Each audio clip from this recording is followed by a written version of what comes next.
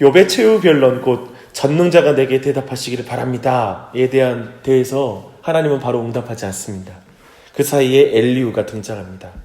이를 통해서 우리가 어제 살펴본 것처럼 하나님은 사람의 요구와 그리고 강요에 의해 움직이는 분이 아니라 자신의 주권과 자유 가운데 행하시는 분이라는 사실을 살펴보았습니다. 더하여 엘리후가 등장하는 이유를 한 가지 더 말할 수 있습니다. 욥의 마지막 말로 고조된 하나님과의 긴장감을 완화시켜 주는 것입니다. 하나님의 말씀을 기대하지 않게 하는 긴장감 해소가 아닙니다. 그런 거 있잖아요. 이제 하나님 뭐라고 말씀하실까라는 어떤 하나님의 말씀을 기대하는 건데 긴장이 해소되면 그 기대감이 사라지기도 하잖아요. 그런 의미가 아닙니다. 하나님의 말씀을 더 잘 듣도록 하기 위한 긴장감 해소입니다. 예를 들면 이런 것이죠. 자기 입장만 생각한 나머지 너무 흥분해 있으면 누구의 말을 듣기가 어렵습니다.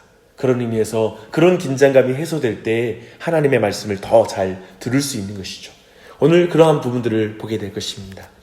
엘리후는 계속해서 욥의 불평을 다루는데요. 기본적으로 34장 9절에서 하나님을 기쁘시게 하는 삶이 소용없다라는 것에 기초한 그런 질문에 대한 답입니다. 35장에서는 두 가지 사항을 매우 세부적으로 접근하고 있습니다. 그 첫 번째는 35장 3절에 범죄 하나 의롭게 사나 차이가 없구나라는 욥의 말에 대한 대답입니다. 이런 말 많이 하게 되죠. 이 세상 살다 보면 이런 말을 듣게 돼요. 엘리후는 말하기를 사람이 의로우나 범죄하나 그것이 하나님께는 아무런 영향을 미치지 못한다라고 이제 8절까지 쭉 말하고 있습니다. 그는 지금 하나님의 초월성과 멀리 계시던 사실을 강조하는 거예요. 그래서 이것은 전에 엘리바스가 22장에서 했던 말을 다시 반복하는 그런 내용입니다. 지금 욥은 하나님이 왜 나의 의로움을 살피지 않고 이렇게 나 같은 자를 이렇게 추적하셔서 이렇게 괴롭히시는지 몰라요 라고 예를 들면 이렇게 지금 말하고 있는데 외치는데 하나님은 그렇게 작은 분 아니야. 그렇게 너의 인생에 신경 쓸 정도로 그렇게 그분은 초월하신 분이시지 그런 분이 아니야 식으로 대답하는 것이죠. 지금 엘리후는 자칫 하나님의 초월성을 강조하려다가 하나님이 인격적이지도 않고 도리어 무관심한 분이라고 말하는 오류에 빠져들고 있는 것입니다. 자칫 우리가 이렇게 말할 수 있어요. 어떤 사람에게 충고할 때 하나님을 지나치게 초월적으로 말하면서 그 사람에게 무관심한 것처럼 말하는 경우가 있거든요. 그러한 사례에 해당합니다. 이제 두 번째로 그가 다루는 욥의 말은 하나님이 기도에 응답하지 않는다라는 그 말입니다. 엘리후는 이 문제를 9절부터 14절까지 다루고 있습니다. 엘리후가 볼 때 기도가 응답되지 않는 이유는 세 가지인데 이것이야말로 공식과 단답식의 신앙의 위험을 잘 보여주는 거예요. 한번 보십시오. 그 세 가지 이유는 이거예요. 기도 응답받고 못 받는 이유는 12절에 교만하기 때문에, 13절에 내용 없는 공허한 부르짖음 때문에, 그리고 14절에 하나님께서 들으실 것이라는 믿음의 부족 때문에 그렇습니다. 어때요? 이건 신약에 등장하는 기도 응답받지 못하는 이유와 또 다 있지 않아요? 틀린 말이 아니에요. 하지만 이것은 새 친구들의 논리 주장과 같이 욥의 경우를 설명해 주는 건 아니에요. 그렇잖아요. 욥이 지금 이 상황에 처하고 기도가 응답되지 않는 게 그러한 이유 때문에 그런 게 아니잖아요. 욥은 참된 믿음을 갖고 있잖아요. 그런 의미에서 신앙을 공식으로 이해하는 것의 위험은 자신과 형제의 모든 상황을 이 공식에 끼워 맞춰서 이해하려고 하는 것이기 때문에 그렇습니다. 엘리후는 자기 이론을 주장하면서 욥을 희생시키고 있어요. 그리고 욥을 여기다 끼워 맞추느라고 욥을 고통스럽게 만들고 있어요. 엘리후는 비록 앞에 세 친구보다 훨씬 지혜롭고 또 훨씬 그들이 생각해낼 수 없는 고통의 의미를 창조적으로 이렇게 이끌어가고 있는 게 사실이지만 그럼에도 불구하고 하나님의 지혜와 인간의 지혜가 다르다는 걸 여실하게 보여줍니다. 엘리후는 하나님을 자기가 생각하는 예측 가능한 분으로 계속 생각해요. 이게 참 위험한 것 같아요. 아무리 지혜로워도 똑똑해도 이 하나님을 내 예상 가능한 분으로 생각하는 것, 그렇게 말하는 것, 되게 우리가 설교를 듣다 보면 그리고 누구의 가르침을 듣다 보면 너무나 탁월한 말을 하면서 마치, 근데 저는 그럴 때 좀 거부감이 우리 안에 있을 수 있는데 뭐냐면 너무 탁월하게 말하지만 마치 하나님을 자신이 다 이해하는 것처럼, 가지고 노는 것처럼, 하나님에 대해서 다 아는 것처럼 말하는 경우가 있습니다. 이 또한 굉장히 경계해야 됩니다. 굉장히 두려운 일입니다. 하나님은 애기치 않게 일하시는 분이시래요. 아무도 그 행하심을 예측할 수가 없어요. 욥의 고난이 왜 일어났는지를 아무도 모르고 있듯이 말입니다. 이것은 하나님의 질서가 없는 분이라는 의미가 아닙니다. 도리어 우리는 하나님의 질서는 이 세상의 엘리후와 같은 사람들이 깨달아 알 수 없는 거친 면이 있다는 사실을 늘 기억해야 돼요. 우리는 하나님은 이런 분이다 라고 말할 때가 있어요. 근데 더욱더 우리 마음에 있어야 될 건, 그런데 내가 알고 있는 게 하나님에 대한 모든 걸 아는 게 아니야. 하나님은 더 크고 위대한 분이셔 라는 경외하는 마음이 늘 우리의 마음을 채워야 됩니다. 마치 C.S. 루이스의 나니아 연대기에 나오는 아슬란에 대해서, 그 하나님을 아슬란이라는 사자에 비유하고 있는데요, 은유하고 있는데요, 그때 비버 씨가 이렇게 말합니다. 그는 얽매이는 것을 좋아하지 않아요. 절대로 그에게 강요해서는 안 돼요. 아시겠지만 그는 거칠답니다. 길들여진 사자와는 다르지요. 하나님은 길들여지지 않는다라는 거예요. 35장에서 우리는 우리의 깔끔하고 세련된 생각 속에서 하나님의 자유를 가두지 않아야 된다는 사실을 배우게 됩니다. 늘 하나님의 일하심은 우리가 예측할 수 없기 때문에 오히려 하나님을 기대하는 고백과 말을 해야 될 것입니다. 우리의 인생에서 어둠을 만나고 우리가 혼동 속에 걸어갈 때에도 오히려 거기에 계신 예측할 수 없는 하나님, 길들여지지 않는 하나님, 우리의 어두운 고단에 이해할 수 없고 설명되지 않는 상황 속에서도 그 크신 하나님을 경외함으로 그 길을 걸어가는 것을 우리는 배울 수 있는 것입니다. 이제 36장과 37장으로 이어지는 엘리후의 남은 말들은 앞에서 욥을 무자비하게 비판하던 어조에서 조금 가라앉히게 됩니다. 이제 목회적인 감수성을 회복한 것처럼 보여요. 그리고 말이 이어집니다. 그야말로 이제 하나님께서 말씀하시는 것을 들을 수 있도록 독자들을, 그리고 욥을 준비시켜주는 말이 뒤에 쭉 이어져요. 엘리후는 욥이 당하고 있는 고난의 현실에 눈을 여는 것으로 보입니다. 그는 환난 중에 얽혀있는 욥을 봅니다. 8절에 보면 엘리후가 여기서 말하고 싶은 것은 하나님의 의로움과 자비하심입니다. 무엇이 진전되었습니까? 욥의 세 친구와 달리 엘리후는 지난 2장에 걸쳐서 하나님의 공의와 주권과 초월성을 강조해서 앞에서 말씀을 나눴어요. 거기에 결여되어 있었던 것은 하나님의 자비하심과 은혜와 사랑이었습니다. 사실 세 친구에게 이 부분이 전혀 보이지 않았죠. 하나님의 자비하심과 은혜, 사랑이 보이지 않았어요. 이제 엘리후는 하나님께서 의로운 자들을 돌아보신다라고 말하고 있습니다.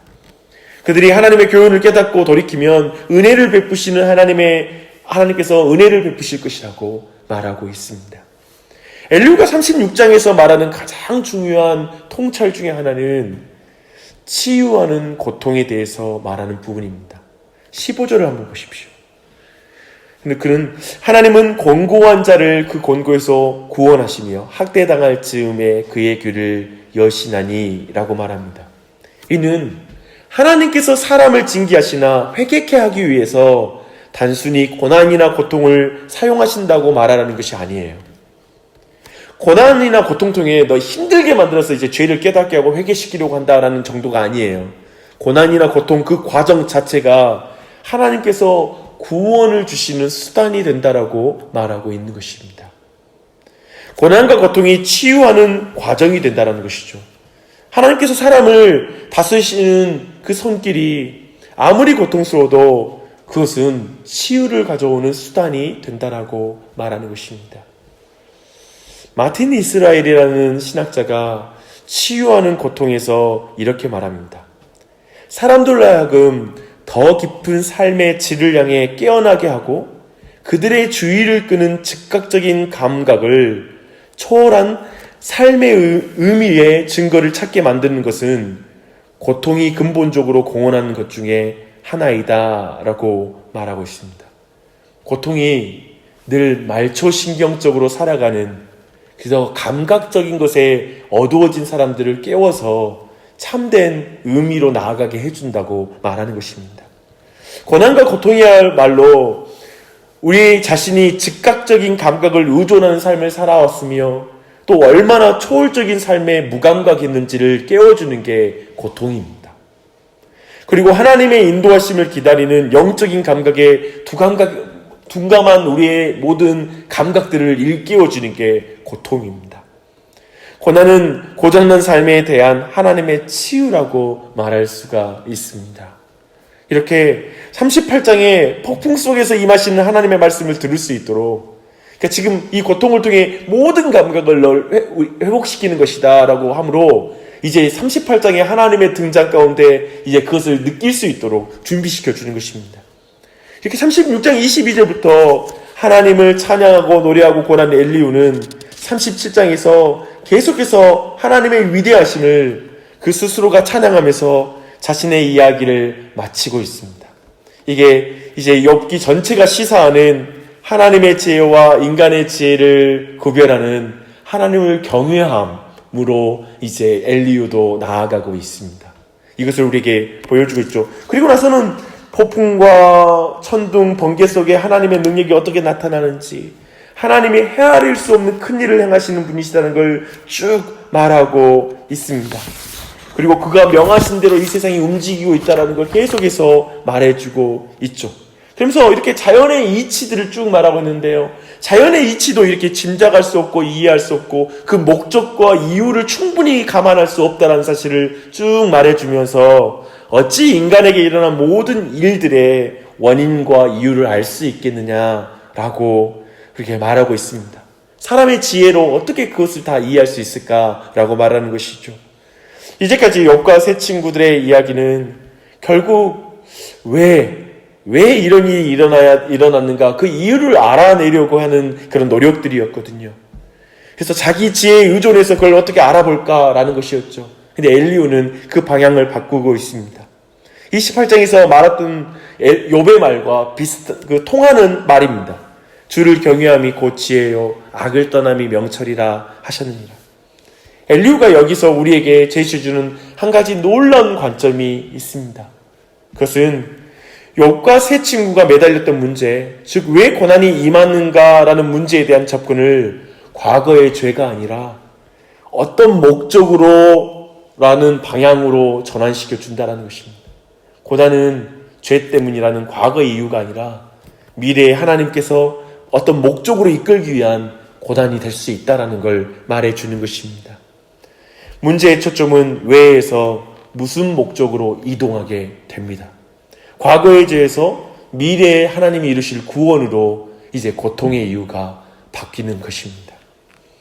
욥기의 처음을 기억하십니까?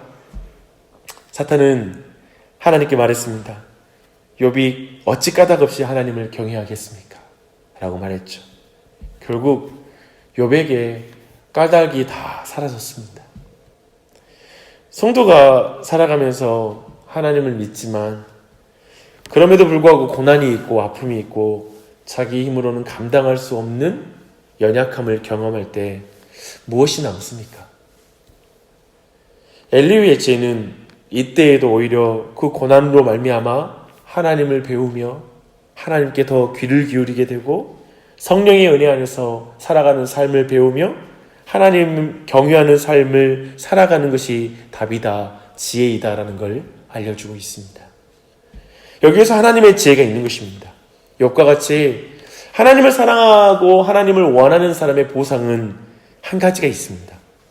초월하여 계시는 전능자 하나님과 깊은 교제가 바로 신앙의 최고의 보상입니다. 그분을 경외하는 삶 자체가 하나님을 경외하는 사람들에게는 가장 뛰어난 삶입니다. 이제 욥기의 남은 장들이 우리를 포함한 욥기의 모든 독자들에게 그것을 가르쳐 줄 것입니다. 이렇게 보면 엘리후는 전체를 한번 요약하고 기도하고 나아가겠습니다. 엘리후는 이렇게 다 옳지도 않고 다 틀리지도 않아요. 그런 인물이에요. 한계를 가진, 동시에 그런 의미에서는 한계를 가진 존재인 게 여실하게 드러나요. 문제를 한 면로만 보다가 다른 면을 보게 해준 사람 만나면 어때요? 갑자기 생각이 많아지기 시작하거든요, 우리가. 그리고 자신이 틀릴 수 있다는 겸손함을 갖게 돼요. 그리고 뭔가 이제 깨달아 가야 되겠다고, 배워야 되겠다는 귀가 열리게 되는 걸 경험하게 돼요. 사실 엘리후를 통해서 독자들과 욥은 좀 더 하나님의 음성을 들을 수 있도록 귀가 열리게 되는 것입니다. 그런 역할을 엘리후가 하고 있어요. 동시에 제가 볼 때 엘리후의 말을 듣다 보면 뭐가 더욱더 간절해지냐면 하나님한테 직접 듣고 싶다는 생각이 들어요. 그러니까 제가 볼 때 그래요. 이 땅에서 우리가 아무리 좋은 설교자를 만나고 아무리 성경을 잘 설명하는 사람을 만날지라도 나중에 우리 참된 신자의 마음의 갈망은 뭐가 생기냐면 하나님 직접 뵙고 그분한테 듣고 싶다. 그 마음이 듣는 것 같아요. 인간은 그렇게 한계가 있어요. 그래서 저는 이 엘리후를 통해서 우리가 사모하는 건 하나님 직접 뵙고 듣는 것이 얼마나 귀할까. 이제 38장의 내용이 더욱 기대가 되는 거예요. 그런 마음이 우리의 신앙 가운데 있었으면 좋겠습니다. 오늘 말씀에 따라 이런 기도를 드렸으면 좋겠어요. 첫 번째 기도는 나의 정리되고 세련된 생각에 하나님을 가두지 않도록 늘 예측할 수 없는 하나님을 기대함으로 우리의 신앙이 날로 새로워질 수 있도록 기도했으면 좋겠습니다. 두 번째 기도는 아무리 고통스러운 상황 속에서도 그 고통을 통해 구원을 이루는 예수님을 만나게 해달라고 생각해 보십시오. 예수님은 고통을 통해 구원을 만들어요. 그러게 우리의 모든 고통스러운 과정 속에서도 그 안에서 예수님 만나는 은혜를 부어달라고 기도했으면 좋겠습니다. 마지막으로 왜라는 질문보다 더욱 하나님의 목적으로 나아가는 우리의 신앙이 될 수 있도록 기도해 주시고요. 특별히 내일부터 교회가 이제 교회론 세미나를 하게 되는데요. 여러분 모두가 함께 나왔으면 좋겠습니다. 내일 오후 2시부터 진행이 되는데요. 이 세미나를 통해서 온 교회가 그리스도께서 이끄시는 교회로 나아갈 수 있는 그런 배움이 될 수 있도록 강사님을 위해서도 기도해 주시기 부탁드립니다.